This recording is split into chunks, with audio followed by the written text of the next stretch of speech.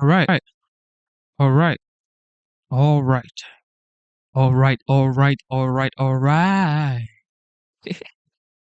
Good morning. Good morning. It is your boy Genesis. And you know what time it is. It is currently 8:24 a.m. And of course, today's date is the 18th of July 2025. How are you doing this morning? God is the greatest. America is the greatest country on the face of the earth. But with that being said, I got to say this. Doesn't matter if you are a Republican or a Democrat. What matters is you are American and you love the United States, you support the United States. You believe in the idea of this beautiful land right here. And God has blessed this land for sure. So I just got to say, God is the greatest. Thank God for his blessings on our lives and on America. All right. With that being said, a couple of news has gone viral from yesterday till this morning.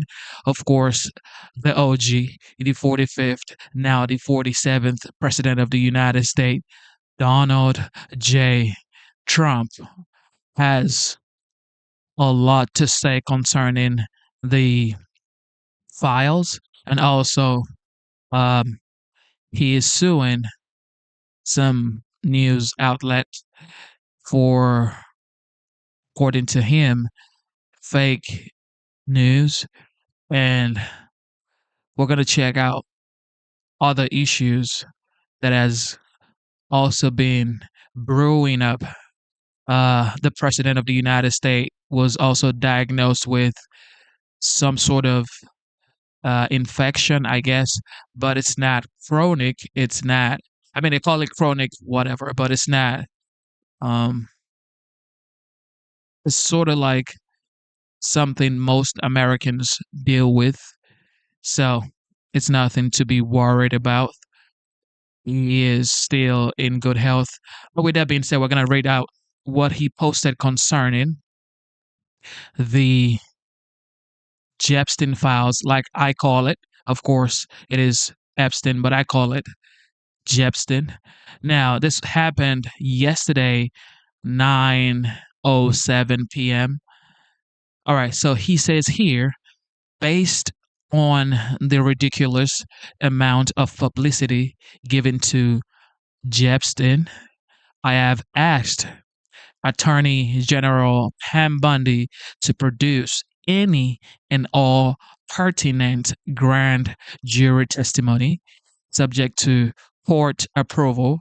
This scam, perpetuated by the Democrat, should end right now.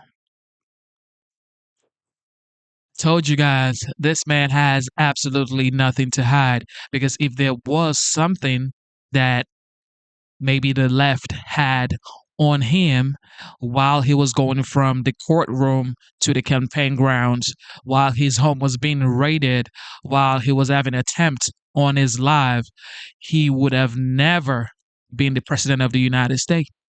They had anything, any ounce of evidence against this man, they would have used it against him. So now he's going all the way in. Of course, he said any uh, evidence that she had, she should put it out. He said it like 3 days ago, but now he just mentioned this last night. He said, based on the ridiculous amount of publicity given to Epstein, I have asked Attorney General Pam Bundy to produce any and all pertinent grand jury testimony subject to court approval. This scam perpetuated by the Democrats should end right now. So does this make you happy? Does this satisfy you? And I'm talking to both the Republican Party and the Democrat Party and all and every American watching this show or concerned about the Epstein files. Does this make you happy? Are you now calm and relaxed that your commander in chief, the 45th and now the 47th president of the United States, has nothing to hide because he's ordered Attorney General Pam Bundy to produce any and all pertinent grand jury testimony subject to court approval. Because a lot of people are like, well, if he is the president of the United States and he has anything to do with the Epstein situation, it should be, questioned. So now he's proven to every American that you can trust him because he's ordered his AG to produce any and all pertinent grand jury testimony. Told you guys, man, have some belief and some faith in your commander in chief. Have a little faith in your commander in chief. So, with that being said, he also mentioned a couple of um, update on the Wall Street Journal.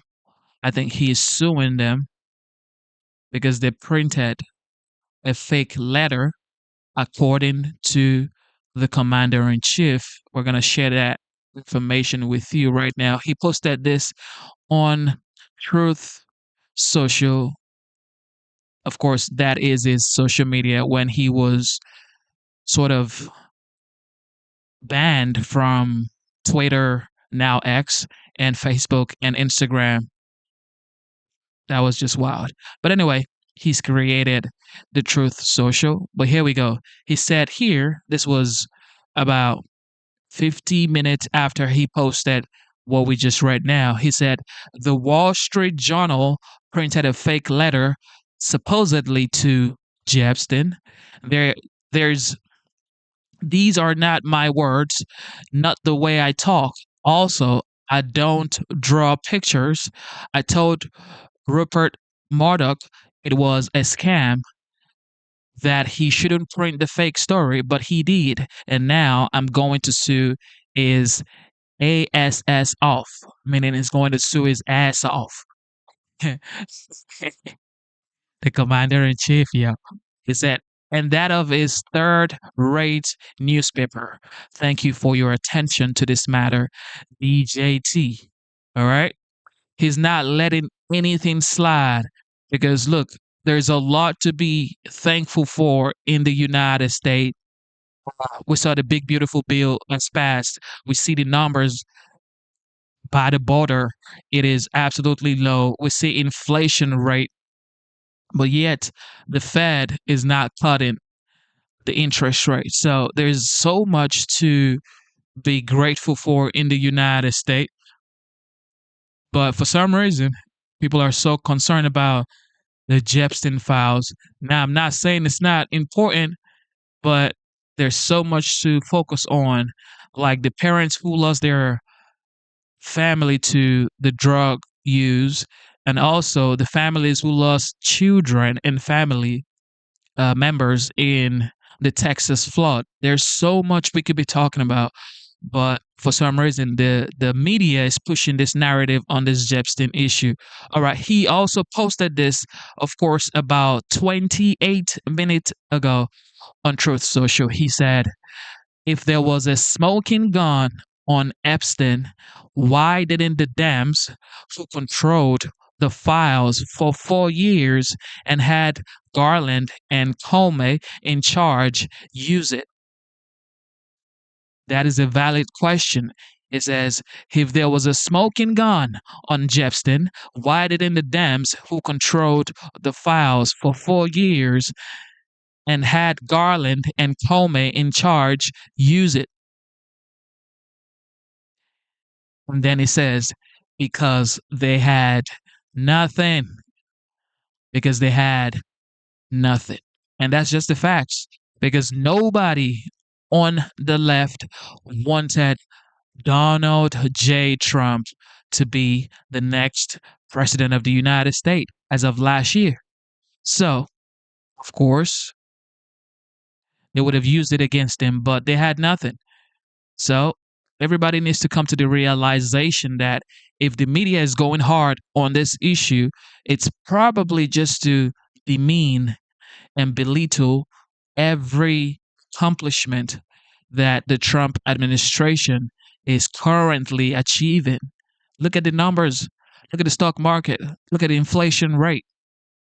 This man is making renegotiating trade deals, and people are so concerned about things that even the left wouldn't drop any information about it. But now it's not about the left or the right. It's about doing the right thing. So I admire what he said, saying the AG Pam Bondi should drop anything that is pertinent to information, any information that is pertinent concerning the Epstein file. So everybody can be calm, cool, and relaxed now. All right, here we go. Concerning his issue, he was diagnosed with chronic venous insufficiency. And like I said, it's nothing to be worried about because most Americans deal with this issue. Here we go. White House press briefing there hit a number of topics, most notably, or among the notable topics, we heard about the president's medical condition, with the White House press secretary there saying that he was evaluated by the White House medical unit after questions and after the president noticed some swelling in his legs. And they said in an effort of transparency that tests were performed. I want you to just listen to the sound here. Speculating about bruising on the president's hand and also swelling in the president's legs. So in the effort of transparency, the president wanted me to share a note from his physician with all of you today. In recent weeks, President Trump noted mild swelling in his lower legs.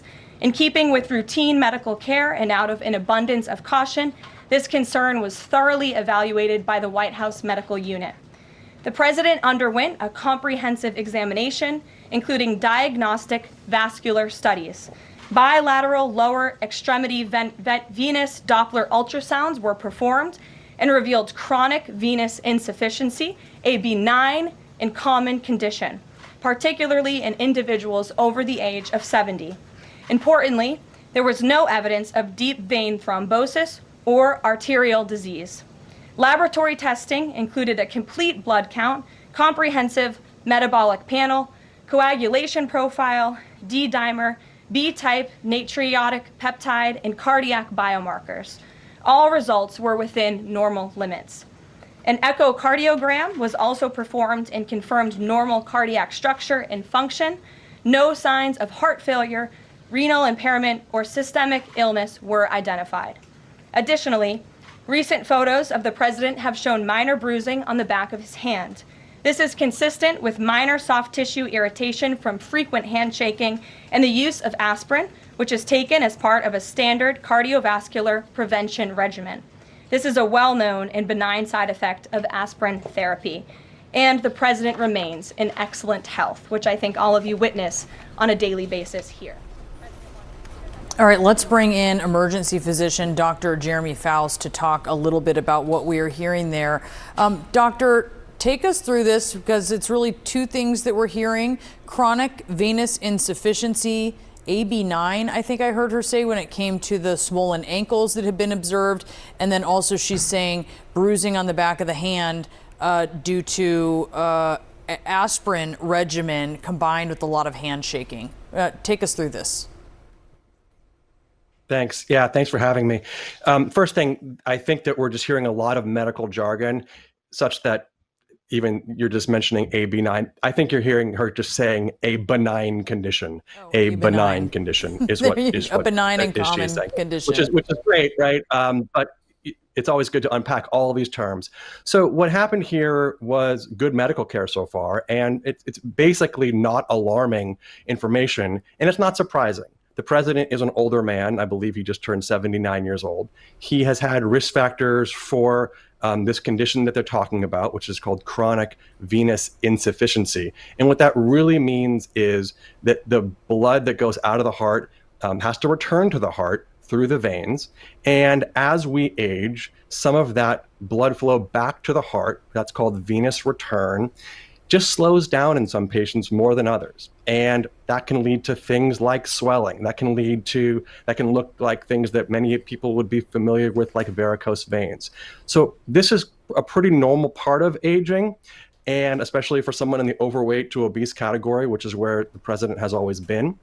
And but the bigger concern, which was addressed in that information that we just heard about, is that symptoms like this do need to be evaluated for more serious conditions, and that is what happened. And I want to bring in cardiologist Dr. Bernard Ashby as well to this conversation, because to Dr. Faust's point, as the White House press secretary laid out, there was no evidence of deep vein thrombosis or arterial disease in what they laid out, even with this diagnosis of chronic venous insufficiency. Can you just break down what the concern may have been or would have been if there was deep vein thrombosis, and why the need to make that distinction was necessary?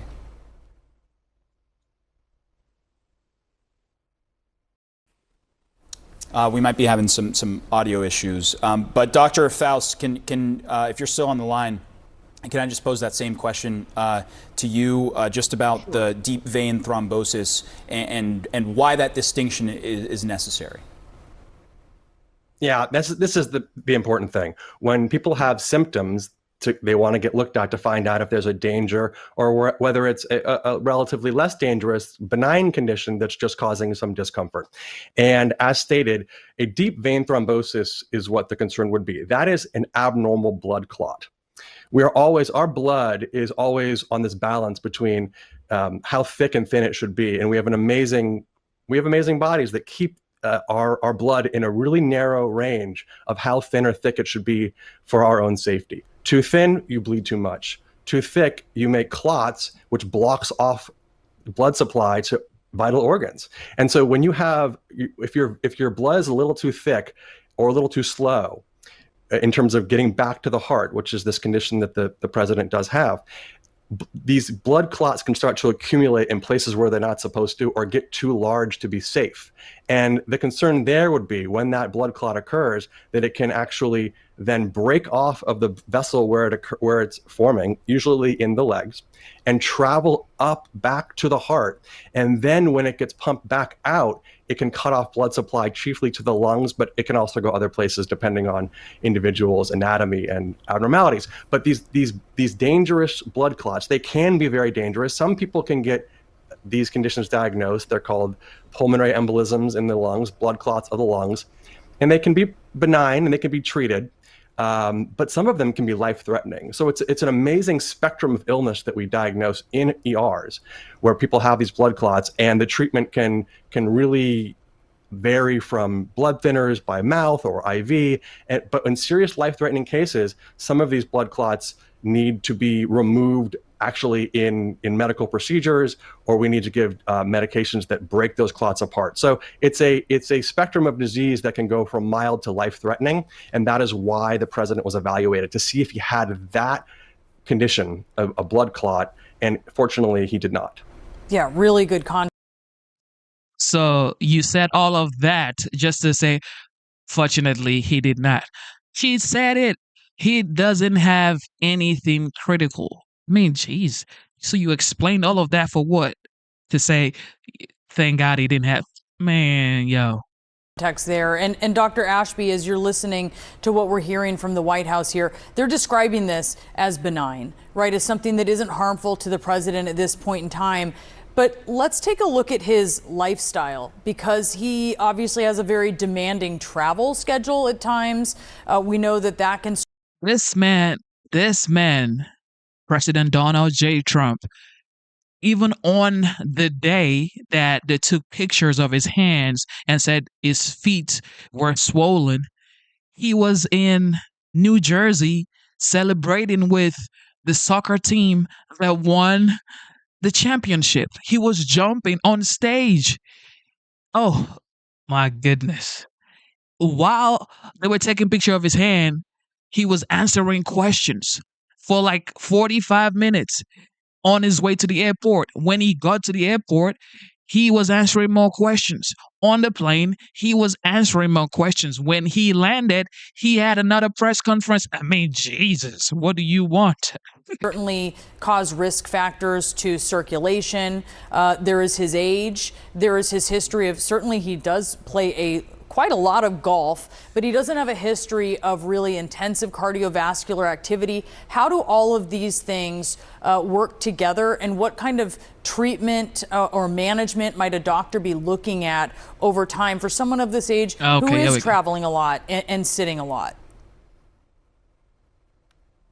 Yeah, so it appears that the White House physicians were also concerned about more than meets the eye, meaning that they did a number of tests that I overheard you say, or the edit say earlier. He had a echocardiogram, a BNP, which is a brain natriuretic peptide, and lower extremity ultrasounds. So essentially, they were covering all their bases, meaning that they were screening him for heart failure, which is a common cause of lower extremity swelling. In addition to that, they were concerned with increased pressure in his heart, so they did an echocardiogram and a BNP. And if those were abnormal, then you would be concerned with heart failure. So, looking at the president's lower extremities or his legs, he had bilateral swelling. So it's less likely that's related to a clot in the vein, and more likely related to things like heart failure, kidney failure, which are things that they alluded to and said that that was not the case. Now, taking a step back, looking at the entire case, the president is obese. He is older, and I don't know if he has hypertension, but that's very likely or very common in his age group, particularly with his body habitus. So when you do have a condition like lower extremity swelling, bilateral, and a diagnosis of venous insufficiency, the question is it intrinsic to the veins? Meaning, does the venous insufficiency that he has, is it related to bad valves, or is it related to increased pressure coming from the heart? And those can be related to things like weight, also things like sleep apnea, which he fits the kind of the prerequisite for, meaning that he's a big guy, he's obese, and more likely to have sleep apnea, which is a condition where you stop breathing at night. And that can also increase the pressure in the lungs, which can then cause a backflow to the body, and it can be seen as lower extremity swelling, or what you saw in the picture. So again, even though he's diagnosed with a benign condition, but venous insufficiency by itself doesn't necessarily mean it's benign. The question is what's causing the venous insufficiency. And so I would want to know whether or not he has any evidence of, again, increased pressures in the heart or increased pressures in the lungs, which can be contributing to that. And if so, what is the primary cause of that? Is it sleep apnea? Is it heart failure? But again, this is all speculation. But I wouldn't take the benign diagnosis on his face. I would want to work him up a little bit more to figure out exactly why he has venous insufficiency. And the White House said they would send through some more details from what was announced in the press conference. So we'll look for a lot of the... Man, these folks, they never get tired. They just never get tired. All right, Jeffrey Jeff. Epstein now threatening to derail Trump's agenda. On Capitol Hill tonight, Epstein is front and center. Several Republican holdouts are saying they will not move forward on a vote on Trump's DOJ cuts unless they get Epstein too. And House Speaker Mike Johnson's back is up against the wall because the House faces a Friday deadline at midnight. So we're counting down here to act on Trump's cuts to the government funding package. And GOP holdouts say that their constituents are the ones that are demanding answers on Jeffrey Epstein, as MAGA media is not letting up. Trump has done a F minus. I mean, my God, it's worse than an F. I mean, it's like a 0 on the Streisand affecting and not having clarity and flip-flopping back and forth. It's just been horrifying. Trump did this to himself. And it's not even about, let's say, Epstein hooking him up with some hot 20-year-old 40 years ago. It's the fact that he came out and insulted his base and said it was a hoax. And so the whole thing is just crazy, and I don't want to get in all of it now. We'll get into it coming up, but it's just going to get worse. So that's all you say? Man, bro. The man you heard speaking right there at the end was someone who spent time in jail because of his role leading up to January 6th. All right, so the people who are saying this aren't people who were on the fence about Trump. These are the people who vaulted Trump back to the White House, like Nick Fuentes, the white nationalist whom Trump has hosted at Mar-a-Lago. And now he says, if you're not on board with the Epstein cover-up, oh, I don't want your support. You're a weakling. He never said cover up. He never said cover up. He never said cover up. Yo. You suck. You are fat. You are a joke. You are stupid. You are. What? What are you doing? What? I can't take this man serious. Not funny. You are not as smart as you think you are. We are going to look back on the MAGA movement as the biggest scam in American history. Who is this? I mean, to think that those words came out of his mouth, they're going to look back on the MAGA movement as the biggest scam in American history. I mean, these are people who made their names on the MAGA movement, inside the MAGA movement, by support of Trump. And their attacks are heard by millions and millions. And then there's Elon Musk, who's also stepping up his calls for more information. Today, he posted this, "Where's phase 2?" And alongside that was a picture of the Epstein files, phase 1. Now, the White House is doing all that it can to make this story go away. In fact, the administration is completely trying to change the subject. They'd rather talk about Trump's swollen ankles, for God's sake. Oh, and the Attorney General today went to Alcatraz. Pam Bondi touring the 91-year-old former federal prison because of Trump's desire to transform that national park back into a prison.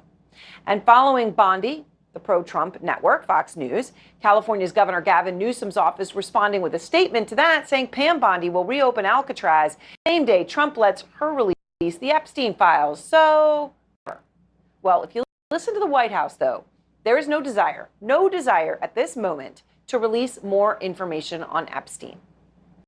Just because CNN is going triple down on this even makes me support Trump more. This is now, like, this is my highest support for Trump ever. Like, when he was almost assassinated, when it was going from the courthouse to the campaign grounds, yeah, I supported him. You know, I believe he was the right person for the job, and I voted for him. But now, like, if I was supporting Trump on like 100% before, now I support Trump like 1,000%. 1,000%. It was this president who directed the Department of Justice and the Attorney General to do an exhaustive review of all files related to Jeffrey Epstein, which they did. They spent many months going through all of the files related to Jeffrey Epstein, and they concluded what they found in that memo, which they drafted and they released. And so the president has been transparent. Of course, all those questions still remain. Nothing of all the rich and powerful people who associated with Epstein over so many years, there's absolutely nothing for anyone to see. Let's go to Manu Raju live on Capitol Hill. I mean, Manu, what you are watching unfold on Capitol Hill, GOP versus GOP when it comes to a signature bill Trump wants to pass, and a whole lot of members of the GOP say, no way, not until we get Epstein. Mm-hmm. Yeah, this is a fight that's really been intensifying all week. CNN would never disappoint you. They'd never disappoint you. They had Joe Biden in there for 4 years. Nobody had anything about Epstein files. Oh, all of a sudden, the Epstein files is so important. Here we go.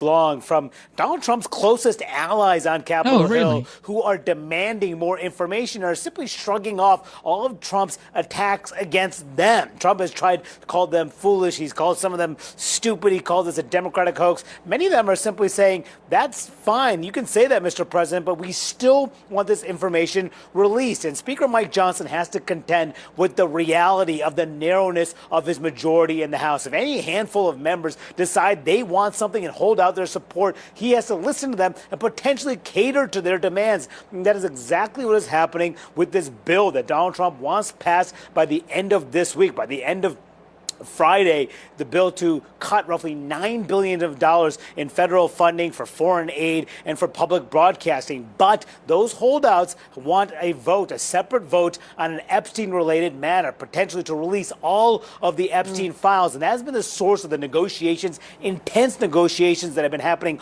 all day long. Now, Aaron, I am told that the Republican leaders plan to still have a vote tonight on this bill to cut roughly $9 billion. And there's some signs that there potentially could be a resolution with those Republican holdouts. And in a key meeting that is happening right now in the House, Democrats are pressing for information about any deal that was released related to Jeffrey Epstein. The Republicans on that committee so far have not divulged the details about a deal, about any separate vote related to Jeffrey Epstein. But that is one of the key questions tonight in the Capitol. What did Johnson have to agree to on Jeffrey Epstein to get to Trump's agenda moving ahead as the plan to do so to get this bill passed by the end of the night, Aaron? All right. Thank you very much, Manu. So I want to go straight out front now to someone in the center of all of this. That is the Republican Congressman Tim Burchett. He is a co-sponsor of a resolution in the House to release files on Jeffrey Epstein.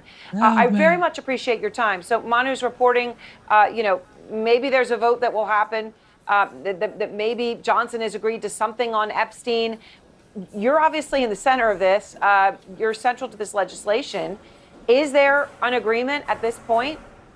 No, ma'am, there's not. And honestly, if the Democrats were serious about this issue, they wouldn't have waited 4 years to bring it up. This is all politics. Tell 'em, man. We need to be Tell worrying 'em. about the victims in this Tell thing, and 'em. we need to worry about justice and these dirt bags that were involved with these kids, and we need to publicly ridicule them and possibly hang them. But the reality is there probably isn't a list. I've known a few criminals in my life. Heck, I've served in elected office with a few of them, and they don't keep a list of their criminal activities. And Trump's not on this list, because if he was, Biden would have released it the first day. So it's a lot of politics and a lot of hype. We just need to get to the bottom of it, ma'am. And Man, I don't know how y'all don't have just discernment. Don't you see what's going on? This is favorable for the left. So CNN is going to peddle forever. Okay? They will peddle forever. And people in the chat saying, you're a sellout, you're a coon, you're whatever. Bro, who cares? Okay? Call me what you want to call me. I love the United States.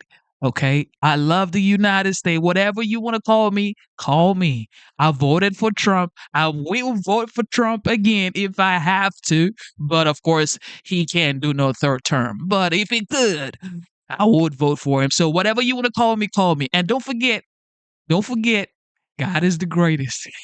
And unfortunately, in this town, when it's delayed, it's kind of like the Kennedy assassination. We're never going to get to the bottom of it. Well, of course, we don't know who's on the list. And to your point, right, list is a euphemism, right, for knowing who Jeffrey Epstein was dealing with, right? Yes, ma'am. Who was sleeping with underage girls, who was financing all of those things we don't know. No, let's correct that. Let me correct you on. Wait, yeah. ma'am, let me correct you on something. Who was raping underage girls? You do not have sex with an underage girl, ma'am. You rape them, and that is what this is about. So, we try to soften that, but that was a horrible act of violence against these young. Well, young I agree with you. Yes, ma'am. I agree with you, and I happen to agree that we should know every single person involved. Do you think that Pam Bondi is listening to you at this moment, Congressman, that there's any chance that she's going to release the files, and in a way that you would have confidence on what's in those files? I don't have a lot of confidence in her, ma'am. I think she's way out over her skis in this thing. She released that notebook, which was stuff that you and I would already know. Maybe she didn't. Maybe she didn't follow it. I think she took some bad advice. She's in the prime time, gets thrown in the middle of it, and I think she took some bad advice. But then when she followed it up with the lists on my desk, and then there is no list, I get tired of that. One thing I think people ought to wonder about, though, is these flight logs, which are generally public record. But that doesn't necessarily mean somebody's a pedophile. That's why I think we need somebody in the legal community to oversee this, to make sure none of the kids' rights are violated. We don't want to see pictures of children. We don't want their identification, anybody that was abused. But if the person is suspected of a crime, dadgummit, we ought to have that information. And that's what it should always be about. So I know that you have wanted to have Ghislaine Maxwell testify before Congress. And of course, while Jeffrey Epstein died before his trial, she is serving 20 years for her role in assisting him. Yeah. So have you gotten a response, Congressman Burchett, from the House Speaker, Mike Johnson, or from leadership saying that they're willing to hear from the one person who actually could answer all these questions? I haven't yet, ma'am. I need to run into Chairman Comer. I haven't seen him yet in the last couple of days, but and you can call me Tim, by the way. But I don't think Comer's going to duck me out on this one. He's going to do what's right. He's a stand-up guy on these types of issues. He's a family man as well, like I am. So I think he's there. You know, ultimately, though, ma'am, I'm going to have to answer to my creator on this issue. It's not the voters or even the president. You know, as a Christian, I'm not a very good one, obviously. I'm on the far end of the forgiven spectrum, but the Bible talks about how you treat the least amongst you, and that's Jesus talking, and that's some pretty strong medicine right there, ma'am. The least amongst us definitely are these children, and we need to get to the bottom of this, because first of all, we need to send a message to these godless dirtbags that abuse children that we're not going to stand for it. And second of all, we need to send the message to all the victims in the world, in this country anyway, that we are out there fighting for you. I've held the hands of people that have been molested and abused, and ma'am, they have a life sentence. They never get over it. Lifetime of counseling, guilt, horrible things. They do horrible things to their bodies, and it is just it's a horrendous thing. I passed some of the toughest laws in the country when I was in the state legislature. I know all about this issue. And that is relieve the pressure. That was a Republican speaking. So, look, of course, nobody wants this PDF files just roaming about. But what people are hoping for is, especially the left, Trump is on the file. So you're so concerned about Trump that you're not actually wanting justice for this little girl. So it's just Trump. We've got to get Trump. Just like Letitia James. Vote for me, so I'm going to get Trump for you. You just want to get Trump. That's all you want to do. Get Trump. Get him. You don't even care. Get Trump. That's all you care about. The Wall Street Journal published a piece with this striking headline. Jeffrey Epstein's friends sent him bawdy letters for a 50th birthday album. One was from Donald Trump. Now, their friendship, you'll recall, went back decades. The article details a moment from 2003 and some of the letters that Epstein's one-time girlfriend and accomplice, Ghislaine Maxwell, gathered for a birthday tribute album. According to the Wall Street Journal, pages from the album are among documents examined by Justice Department officials who investigated Epstein and Maxwell. The paper, citing people who have reviewed the pages. Here's the passage about then-citizen Trump's letter. Quote, this is from the Wall Street Journal. The letter bearing Trump's name, which was reviewed by the Journal, is bawdy, like others in the album. It contains several lines of typewritten text framed by the outline of a naked woman, which appears to be hand-drawn with a heavy marker. A pair of small arcs denotes the woman's breasts, and the future president's signature is a squiggly Donald below her waist, mimicking pubic hair. The letter concludes, happy birthday, and may every day be another wonderful secret. Now, the president's denial. Quoting again from the Wall Street Journal, in an interview with the Journal on Tuesday evening, Trump denied writing the letter or drawing the picture. This is not me. This is a fake thing. It's a fake Wall Street Journal story, he said. I never wrote a picture in my life. I don't draw pictures of women, he said. It's not my language. It's not my words. The president also threatened legal action, saying, quote, I'm going to sue the Wall Street Journal just like I sued everyone else. Joining me now with analysis, CNN contributor, tech journalist Kara Swisher, host of The Pivot, and on with Kara Swisher podcast. She's also the author of Burn Book, a tech love story. First of all, Kara, your reaction to this Wall Street Journal story? Well, I think it's just the beginning, actually. It's the first story. I think there's probably more to come. I think as he doesn't release this stuff, people will start giving it to reporters, things will start getting out, and none of it looks good for Trump, including this story. Even if he denies it, saying we have things in common, Jeffrey, it creates a feeling, and especially online, that it gets amplified and really weaponized in a lot of ways. So it's not going to end here until he releases these files in some substantive way, which he seems resistant to do, and could be possibly for these reasons. It looks bad for him. Do you think he's going to follow through on his threat to sue the paper? Sure. He does that all the time. I think they've got this nailed down. I'm sure Rupert Murdoch didn't. I mean, obviously Emma Tucker's an amazing editor at the Wall Street Journal, but this had to have had approval by Rupert Murdoch or Lachlan Murdoch. And so I think they probably feel that they are very much locked down on this information. And again, everybody's going to be doing much more reporting. And that's the problem here, the drip, drip, drip. And the problem for Trump is he was friends with Epstein during his most heinous period, right, of behavior before he was arrested the first time. And they were very close, and that's obvious. There's pictures everywhere. And as more stuff comes out, especially that Trump doesn't have control of, the online reaction is going to be massive, especially among his supporters. And that's the real problem here. These people have been bred on conspiracy theories. He's been feeding a lot of them and getting them used to it. And so it's like, it's like feeding children tons of toxic sugar. Don't be surprised that they behave like this. And they're going to continue to do so because it's one of the bearing walls of the way Trump attracts his fans to him. It's feeding them feeding your kids toxic sugar and then calling them stupid and weaklings for liking toxic sugar. Which you made them. Yeah, exactly. And then there's the Elon Musk of this all. We played the clip of him talking to Tucker Carlson earlier in a social media post on X, responding to Megyn Kelly's statement that the Wall Street Journal story is, quote, the dumbest attempted hit piece I've ever read. Elon Musk said, quote, yeah, the letter sounds bogus. What do you think of that, given how much Elon Musk has been posting about the Epstein files in recent days? I don't know. I'm sure he doesn't know anything. I mean, these people just say things off the top of their heads. That's my experience. I think it's a beginning story, and I think they're trying to create a narrative here, and probably they have other stuff reporting they're doing. This would be my guess as an editor, that there's this relationship. There was a close relationship. That's really the problem for Trump is separating himself from Jeffrey Epstein, especially when his base is not just enamored. It's at the heart of. It's not like a little thing. It's a structural pillar of this movement. Is Jeffrey Epstein and all that he represents? So. Well, it's also tied to the QAnon movement. I mean, it sort of is in that same petri dish. And obviously there's crossover with. I mean, it's part and parcel. Or I don't know if it's a subheading of the QAnon movement, but they're kind of linked together. It is. Oh, no, the QAnon part is critical here. I mean, they have trained these people to think these things. Remember Hillary in the Comet Pizza basement and everything else?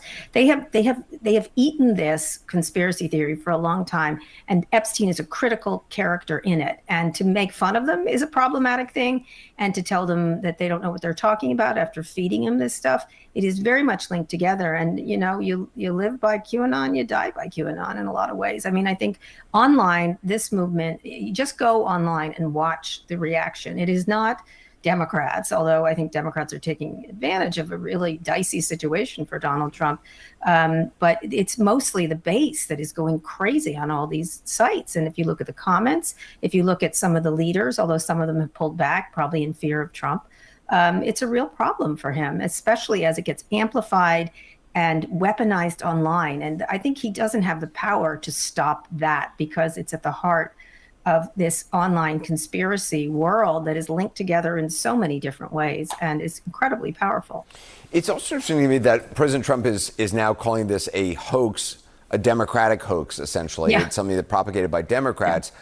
I mean, the hoax was Dan Bongino and Kash Patel on all these podcasts saying just saying stuff and pushing this and fanning the flames of this, I guess, for views, for for profit.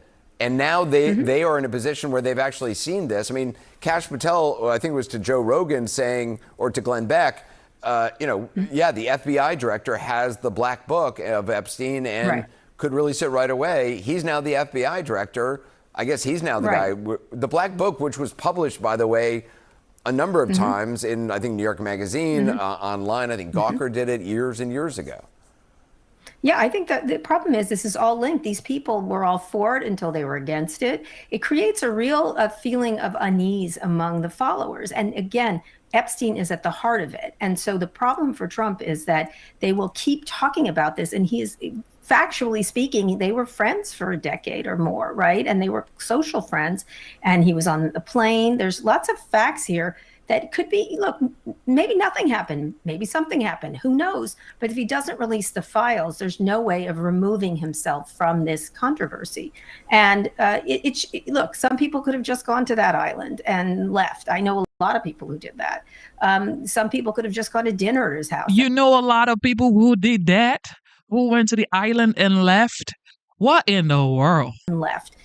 You shouldn't, there are problematic issues here in this thing, and including fraud, like what is made up, what's not made up. This is so perfect for an online disaster for Trump, who has been up until now very good at communicating online. Whether you like him or not, he's real good at it. And so we'll see where it goes, but it's not going anywhere good as long as he suppresses things and doesn't release things. They're going to have to release something to get this story to go away, because it's not one of these 3-day stories that then just moves on. This one has staying power. And I said that a couple of weeks ago on Pivot, and I've watched these online groups, and this is what animates them. Well, whether Julie it's K. true Brown, or not. Julie K. Brown, the reporter who, covered this Amazing story from the reporter. beginning. Incredible reporting on this for years. She pointed out to me last night, and we're about to talk to her again, that the autopsy report was never released. That's something it would seem could be put out. They could, if they're trying to exonerate themselves. That's the problem. Here, what they're doing here is they're going to have to exonerate themselves for something we don't know. And so wouldn't it be good to show us? And the only, what people do in their mind is, well, if he's not releasing it, maybe something's there. That's how people react. And the problem for Trump is that there's enough pictures, there's enough plane rides, there's enough of this. And so if he's very interested in putting this thing to bed, as I'm sure he is, he's going to want this drumbeat to stop, because it only gets worse around this, because it's so animated by online conspiracy theories, which you're seeing the power of right now. And unfortunately, it's being brought to bear to Trump as opposed to him unleashing it, on others. They're eating A guy who's been spreading dogs. conspiracy theories about others for years. Correct. There's an irony there. Man, please. All right, here we go. Scott Jennings.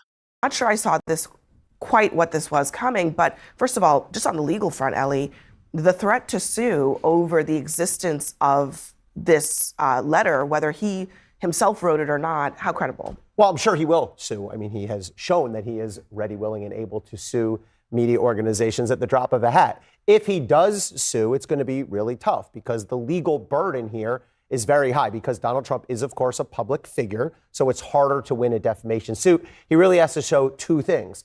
First of all, that the Wall Street Journal defamed him, that the statements here were damaging to him. That seems clear. The harder part, though, is going to be to show that they acted with what we call actual malice, meaning that they knew that what they reported was false, or that they were reckless as to its falsity. That's the really hard part to show. Wall Street Journal, they tend to know what they're doing. They tend to have their stuff buttoned up. So wouldn't surprise me if he sues, and would surprise me if he wins, not knowing the facts, but just knowing how high the legal bar is. So Trump is saying, I didn't do this. But I think, to me, it's a separate question, Scott, whether this thing exists. And it seems that the Journal has evidence that it does, in fact, exist, and that it's perhaps among the many, many, many documents that are in the possession of investigators here. Yeah, my reaction to reading this was 2003, before anything had happened, we know Donald Trump knew the guy. We also know he disowned him and kicked him out of his club. I was waiting all day long for this rumoring of a bombshell. This looks like kind of a dud to me. And look, the president says it's not. I don't know. But either way, this gives me like Kavanaugh yearbook vibes. My impression is Republicans are going to strongly rally around the president on this thing. He may have been facing some turbulence over the Epstein situation, but this is the sort of stuff that brings people to circle the wagons around him. Just to be clear, Trump doesn't agree with you, because he's clearly very pissed off about this, perhaps very freaked out about it, because it's embarrassing. I think this goes deep into the MAGA psyche and creates a cognitive dissonance. That is why we're seeing them revolt against him in this moment.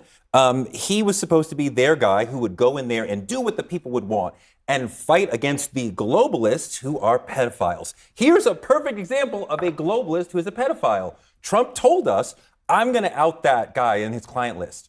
What happened? Now he gets in, he acts like everybody else who's protecting the globalist pedophiles. So how could you continue to think as MAGA he's going to protect us when he clearly didn't in this situation? And Trump has also, talked about Epstein. Scott, you're making the point that, they were just friends. This was before he knew anything about Epstein's, alleged bad acts. But here's what he said in 2002 in a New York magazine. So this would have been a year before this birthday message. I've known Jeff for 15 years. Terrific guy, he said over speakerphone. He's a lot of fun to be with. It is even said that he likes beautiful women as much as I do, and many of them are on the younger side. No doubt about it, Jeffrey enjoys his social life. This is all in the public record as well. Look, I think two things here. One, I think if this was such a big deal and why it wasn't used against him long before when he was running for president, I believe the president on this one. I think he probably is not a guy that draws pictures. I know a lot of people that have gotten a lot of notes from him and they've never gotten a picture. They get a note from him and his signature that takes forever to sign. Like, I look at this and I sit there and I'm like, this is it? Like, this is the whole thing. Now we're talking about, I don't know if he draws pictures of women, but we do we're talking about pictures here. Okay, I know. We're talking about pictures. We're talking about the death 22-year-old stuff. We do have this picture that he got drew. Him now. Man, there it is. That's how good he is at it. You got him now. No, it's done now. It's done. $30,000. MAGA's turning on Donald Trump. This is going to kill him. Look at this picture, folks. Look at the picture. He's done. He'll never win. He's done. His presidency's over. He should resign. He'll never win the 28 election. He'll never win the 28 primary. It's over. I'm just saying. Trump says in this statement, it's so rare you got 30 grand for a picture. He says, I never wrote a picture in my life. I don't draw pictures of women. I don't know if he draws pictures of women, but he has drawn a picture in his life with a Sharpie, which is similar to what we are hearing about this image. Look, I think, Abby, here is the bottom line. Whether or not he drew this picture, whether or not this was actually a letter that he, actually wrote or typed out or whatever it was with the weird picture, that he drew behind her and didn't draw behind it. The bottom line is that, to me, is somewhat irrelevant. This is someone who said infamously on camera that came out about 2 months before the 2016 election, I can grab women by the you-know-what, and he still won the election. So I think that kind of persona perhaps is baked in. I think the bigger issue here is that this has caused the MAGA base to kind of lose its mind. And the question is the MAGA base going to come back together, or is this a base that is fractured, that is significantly fractured? Have you lost your mind, Scott? Because people have been, your colleagues, the Charlie Kirks of this world, people you know very well, have been all over the place saying that they're very disappointed in Donald Trump. Well, I should say that Charlie Kirk and Laura Loomer tonight have both said to other outlets that they don't necessarily believe that Trump wrote this or what have you. So they're starting to circle the wagons on this, which is what Scott suggested earlier. The facts of Donald Trump's base are this, and we reported on this morning here on CNN. Since the Epstein business started, his job approval among Republicans has gone up. He's over 90% with Republicans. It's not hurting him with his base. I know you're a Democratic strategist, maybe not an expert on the MAGA base. In his base, but look what's very frustrated. But look what's happening. He's gone up. Why? Because while we're all sitting here dealing with this nonsense, out in real America, he's signing legislation on fentanyl. He's talking about the AI future in Pennsylvania. He's securing the border. Big, beautiful bill. So his numbers are going up with Republicans. This is a fantasy that Democrats have been engaging in since January that Republicans would abandon. No, Scott, do not. Trump, it's not happening. Try to put this on Democrats. This Every is night something I that sit the here and MAGA listen to a base. Democrat tell me Republicans don't support Trump, and they do. This has been whether or not you want to call it a conspiracy, whether or not you want to call it something that the MAGA base has cared about. This has been something that has been deeply rooted in the MAGA base for a long time.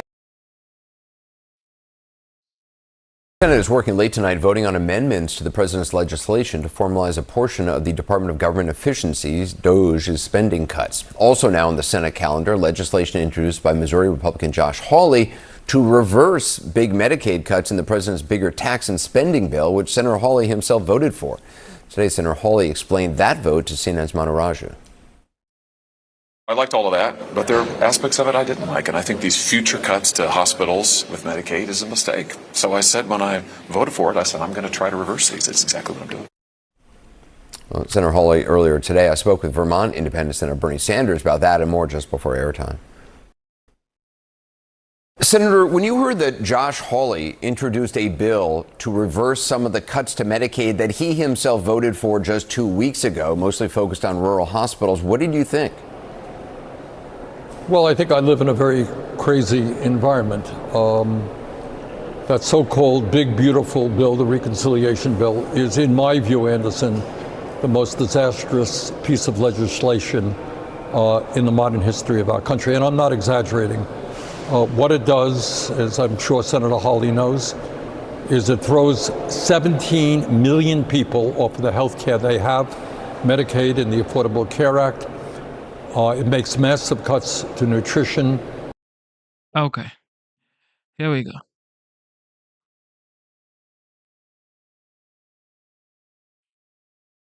A major sign that President Trump is feeling the heat of the controversy surrounding his administration's handling of the Jeffrey Epstein case. Overnight, he authorized Attorney General Pam Bondi to produce, quote, any and all pertinent grand jury testimony related to accused sex trafficker Jeffrey Epstein. Now, Bondi immediately agreed to the president's request, which seems to undercut her own department memo that there was really nothing left to see related to the case. It could be months before anything is released, if at all, as grand jury testimony is heavily protected by law and remains subject to court approval. The testimony itself would only represent a small fraction of the material collected during the Epstein investigation. Now, the president's request, coincidentally or not, came just hours after a shocking report from the Wall Street Journal that in 2003, Donald Trump sent a personal letter to Epstein for his 50th birthday. The letter reportedly contained a hand-drawn sketch of a naked woman signed, "Happy birthday, and may every day be another wonderful secret." Now, the president has strongly, furiously, as we said, denied the existence of a letter and is now threatening to sue the Wall Street Journal and its owner, Rupert Murdoch. In the wake of all this, there is a lot going on, a lot changing over the last few hours. So let's get right to the White House. CNN's Elena Treen is there, busy to say the least. What do you see? I mean, absolutely. And your question of whether the president asking for the attorney general to turn over some of this grand jury testimony or to publish it, I should say, is not a coincidence. It's not a coincidence that it's coming after that Wall Street Journal report. The president is very angry about this. From my conversations last night, just after that story had dropped, it's very clear that what we're going to see today and some of the, turning of the wheels on this Epstein case is going to be a result of that anger. Now, I just want to read for you what the president posted last night directing his attorney general to do. He said, quote, based on the ridiculous amount of publicity given to Jeffrey Epstein, I have asked Attorney General Pam Bondi to produce any and all pertinent grand jury testimony subject to court approval. This scam perpetuated by the Democrats should end right now. I do want to note as well, we did see Bondi shortly after respond to that post from the president, posting herself with a picture of the president's post saying, President Trump, we are ready to move the court tomorrow to unseal the grand jury transcript. So this is a huge deal, particularly among a lot of the president's supporters who have been wanting exactly this. This is the President Trump that they want to see. They want to see some sort of evidence. They feel like they deserve more information as it relates to the Epstein case. Now, of course, it's very unclear what this would actually show. It's also, as you pointed out, very unclear how quickly we actually will see some of this, given, with the courts, it's probably going to be a lengthy process, despite the Attorney General saying that she's ready to move the court tomorrow, as in today, Friday, to unseal some of this. So still a lot of questions on what this will look like, but I will say this is exactly what a lot of the president's, part of his base, part of his MAGA high-profile supporters have been asking for. They believe that they have a right to see some of the evidence and hard documents in this case, not necessarily, the publishing of these so-called files, but wanting really to see what more there is. We'll see if this actually ends up kind of, quenching some of that thirst from his supporters. And Elena, very quickly, this Wall Street Journal report that the White House and the president vigorously denies, what exactly does it say? Yeah, so this report, just to get into it, they report on what they call a body letter from Donald Trump. Now, this was a letter that was apparently written for Epstein's 50th birthday that was put into a broader book. And they say that the letter is framed by the outline of a naked woman and says the letter concludes, "Happy birthday. May every may every day be another wonderful secret. Now, as you pointed out, the president very harshly pushing back on this. We've also seen the vice president, J.D. Vance, as well as the White House press secretary, Caroline Leavitt, all online going hard after this post. The president wrote on Truth Social, quote, "The Wall Street Journal printed a fake letter, supposedly to Epstein. These are not my words, not the way I talk. Also, I don't draw pictures. I told Rupert Murdoch it was a scam, that he shouldn't print this fake story, but he did. And now I'm going to sue his ass off, and that of his third-rate newspaper." So a lot in this, and we've seen a lot of other posts as well. John really trying to furiously dispute what the Wall Street Journal says was a letter from the president. We'll have to see where this goes, but I can tell you that people, again, here at the White House are very, very angry about this. And, you know, I think believing that they really want to go forward and suing the paper over this, John. All right, no doubt we will hear more and hear more soon. I imagine Elena Treen following a lot of developments at the White House. Thank you so much. The president is searching for an off-ramp to the controversy over the Epstein case, which began last week when the DOJ revealed they weren't going to release any additional information. And that infuriated a lot of the president's own supporters. But the president may now be throwing them a bone, ordering Attorney General Pam Bondi to release all pertinent grand jury material from the investigation. There's no daylight between the president and House Republicans on transparency. And he's been very clear that he wants all credible information, credible evidence to be turned over to the people so that the people can decide. We trust the American people in their judgment. And we're for that. The president is for that. And there's different ways everybody expresses the same truth. All right, joining us now in the group chat, Lulu Garcia-Navarro, CNN contributor and New York Times journalist, Noel King, co-host and editorial director of the Today Explained podcast, and Rob Bluey, president and executive editor of The Daily Signal. Good to see all of you. Good morning to all of you. Rob, let's start first with you. The president is forcefully pushing back on this, denying this reporting outright. He obviously wants to sue the Wall Street Journal. What's your take? Do you believe him? Well, Caroline Leavitt went a step further, and she said that they wouldn't even show the president the image, the writing. So the Wall Street Journal apparently doesn't even have it in its possession. So I think that there are legitimate questions that the White House is raising about whether or not this is a fake document. Now, we don't know. I don't have any inside intel, but I will say this. I support Mike Johnson and what he has said about making these documents public. I think that it's important for the American people to decide and see with their own eyes what the government has in its possession. And I hope at the end of the day, the president realizes that that is what he campaigned on. That is what he will deliver. Oh, come on. I just want to say, I mean, the idea that this is a fake document coming from the Wall Street Journal and their editor, Emma Tucker, that Rupert Murdoch, whose Fox News is one of the most, the biggest supporters of this presidency, that he would publish something that wasn't rock solid is absolutely, you know, it belies incredulity. And so I do not believe that this is fake. And I think it's going to cause an enormous problem for this president. Why? Because at every juncture, all fingers have pointed to Donald Trump in the Epstein matter. He had a relationship with Epstein. We know that he had a relationship with Epstein. And now this actually proves perhaps that this relationship went far beyond what the president himself has admitted to. And so it does cause a big problem. This has captured the popular imagination. You know, almost 70% of Americans believe that there has been some kind of cover-up. This is not a red issue. This is not a blue issue. This is an issue about power, the abuse of power, and this man who was at the center of a terrible sex trafficking ring, and the fact that the president of the United States might be implicated in that. Yeah. Noel, like to Lulu's point, which I think is an important one, this has captured people's attention, imagination, however you want to describe it. It is something a lot of people out there are talking about. What is it about this? It doesn't seem like the president, and I think he's acknowledging this by now, saying release everything you can, but he wanted it to be done. And people just on both sides pushed back, even people in his own circle, Laura Loomer, Charlie Kirk, others who've been critical over this particular case. I think Americans really I think Americans are primed for a conspiracy theory, right?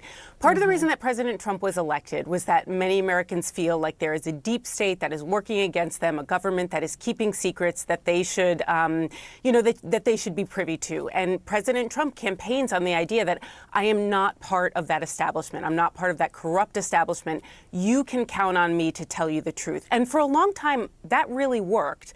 The problem is he is so deeply enmeshed in this at this point that even if, I don't know whether what the Wall Street Journal has is real or fake, but I trust the Wall Street Journal's reporting. The president does not have an off-ramp at this point. I think he's going to be surrounded by this for another couple weeks at least until more information is released to the public. And even then, you ask yourself, at what point are people going to be satisfied that they've heard the whole truth? That's a pretty tricky thing when you're dealing with a conspiracy, right? These things, it's hard for them to die out. And the Wall Street Journal reporting indicates this letter was sent in 2003. Donald Trump did this interview with New York Magazine in 2002. There was a profile on Epstein, and this is what he said about him in 2002. Terrific guy. Donald Trump booms from speakerphone. He's a lot of fun to be with. I've known Jeff for 15 years. Terrific guy. He's a lot of fun to be with. It's even said he likes beautiful women as much as I do, and many of them are on the younger side, no doubt about it. Jeffrey enjoys his social life. Rob, what does the president do now around all of this? What's his next move? Well, first of all, I'd like to point out that Bill Clinton and others who had connections to Jeffrey Epstein have all said that they severed ties with him after the allegations came out and he was charged with the crimes. So I do think that it's important for us to acknowledge that it's not just Donald Trump. There are others, high-profile political figures that had a relationship or friendship with Jeffrey Epstein.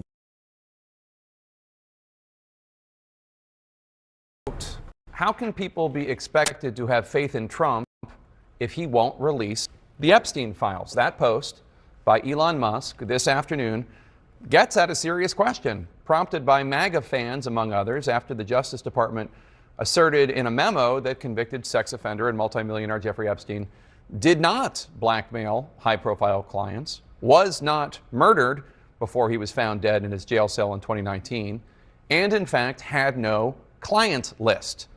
Despite the fact that the very same administration officials are now asserting there is no there there, many of them were the ones ginning up the controversy before President Trump was reelected and while they were in office. The Justice Department memo, first obtained by Axios, also comes 1 month after the billionaire Tesla founder took to his platform X as his alliance with President Trump dissolved. Quote, "Time to drop the really big bomb. Trump is in the Epstein files.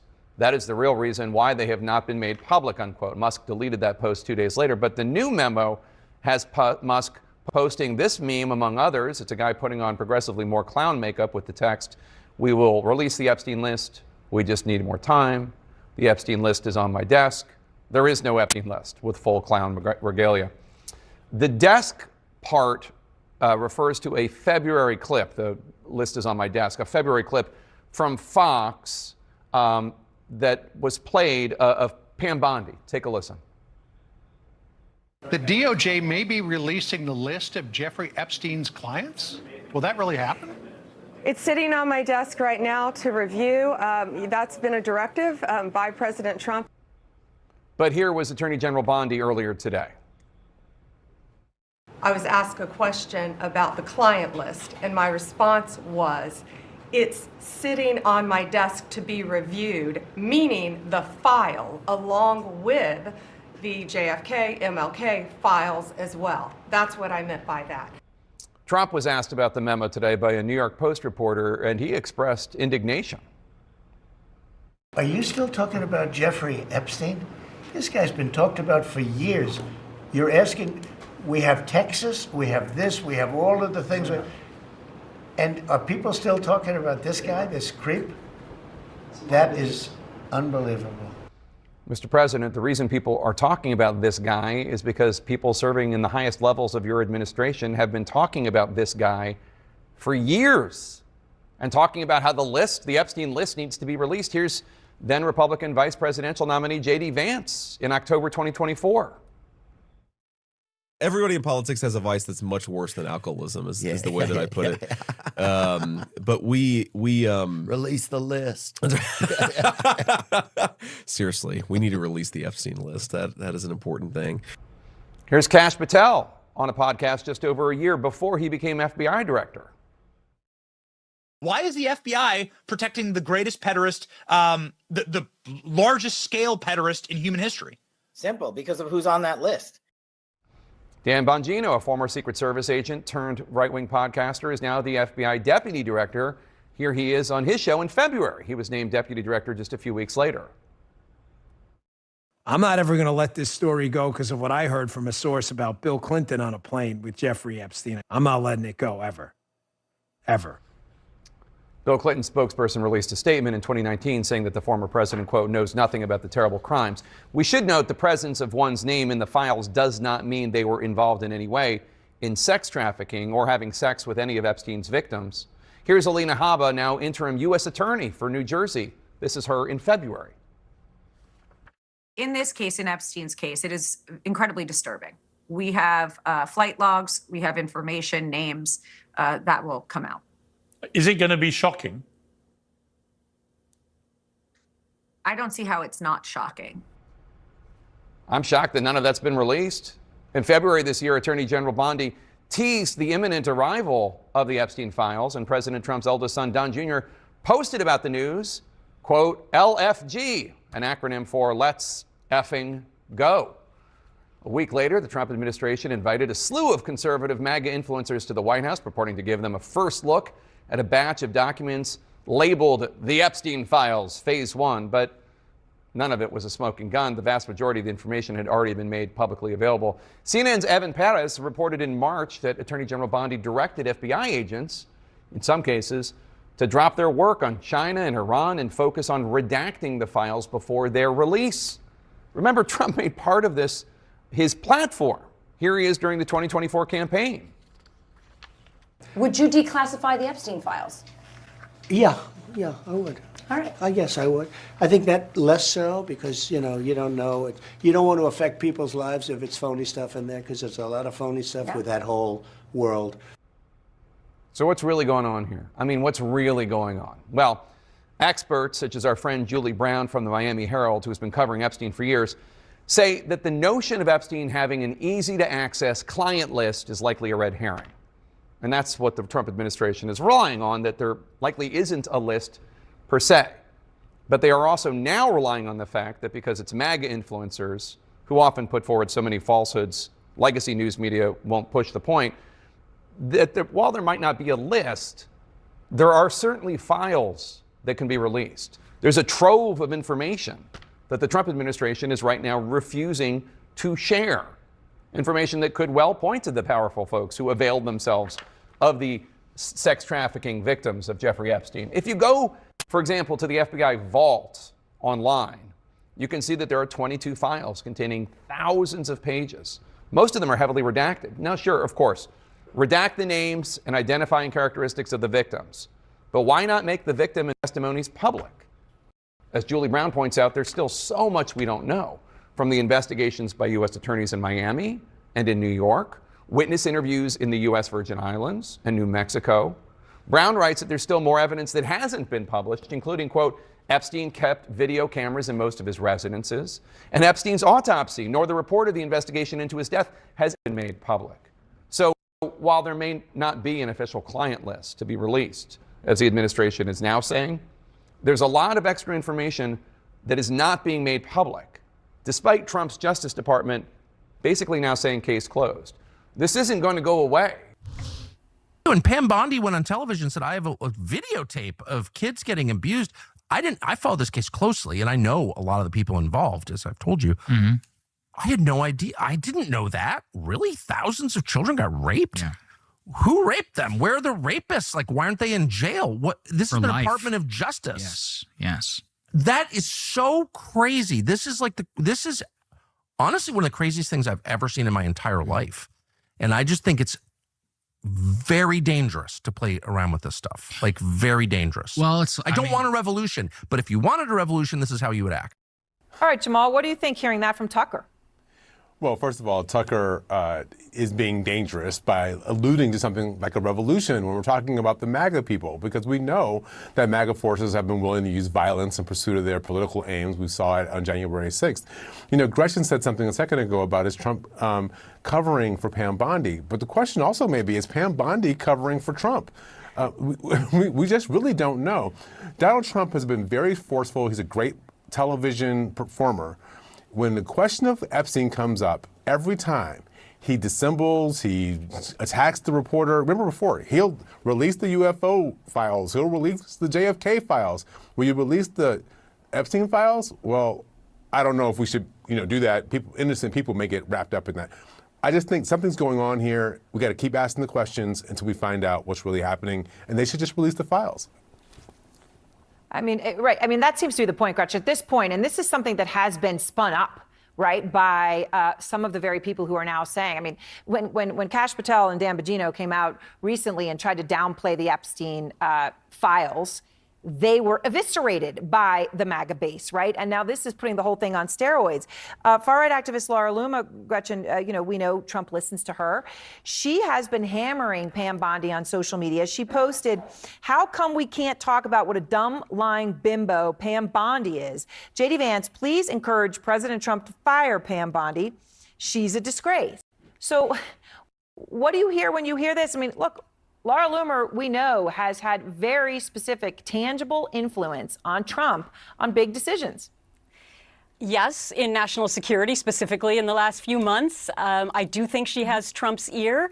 So, I guess we'll just have to wait and see. Trump seemed to be protecting Bondi today. But I think one other really important point is in this second administration, we have seen a lot of MAGA supporters of Trump come out and be totally against him on really big issues. And what I think is fascinating is that he can go after people who are in groups, like lawyers, like members of Congress. I'll primary you if you don't agree with me. But with these single influencers, he's not doing that. And I think that raises a huge question about whether or not he has the power to actually silence them. Right. And Jamal, I guess the whole question is there really no there? Or is the question, who is covering up for whom? That is the question. Listen, what is sobering is that Donald Trump, if this were normal times, Donald Trump, he's turned around on Ukraine, and there are people in MAGA who are upset about that. He was in this relationship with Elon Musk, who's now turned on him, who wants to start a party, and so that could maybe peel off people. Now we've got the Epstein files, or all these things that would normally take down a regular politician. Donald Trump seems to be able to survive these things. I mean, he's such a political force, it doesn't really matter. But what does happen is the people around him are the ones who catch the brick. And so the question for Pam Bondi is this going to limit her ability to either be an effective attorney general or to even keep her job as attorney general?